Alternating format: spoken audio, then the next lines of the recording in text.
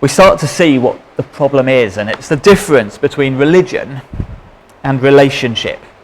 These people, their religion was intact. All the stuff was going on as it should have been.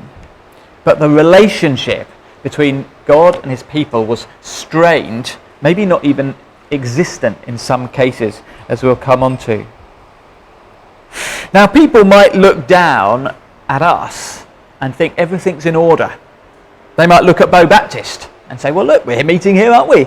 They might look at all these people here. Well, great, Bow Baptist, tick, it's going well. You've got your prayer meeting next week. You've just done your holiday club. Everything's in order. You've got the creche. Everything looks fine.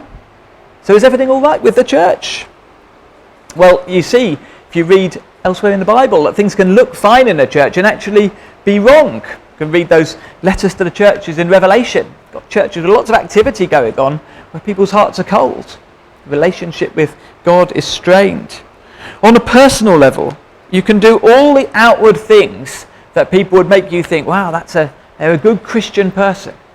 And yet our relationship with God can be very strained. You know, you can go to the church meetings, the Bible studies, you can wake up early and read your Bible, you can try to tick off all the things in terms of giving your money and trying to help others. And yet, sometimes in our hearts, actually, we're not close to God. We're far from him. We might feel angry towards God or resentful. I'm doing all this stuff and I feel bitter because God isn't doing his bit.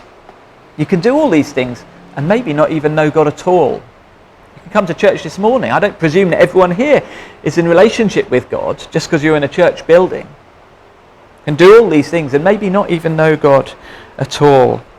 You get very sad cases sometimes, don't you, of marriages where everything looks fine for the outside. You know, go to the house, everything's in order, it's all tidy, children get taken to school, food comes 3 times a day and so on. And yet there is no love, there's no relationship, there's no warmth and tenderness in that relationship.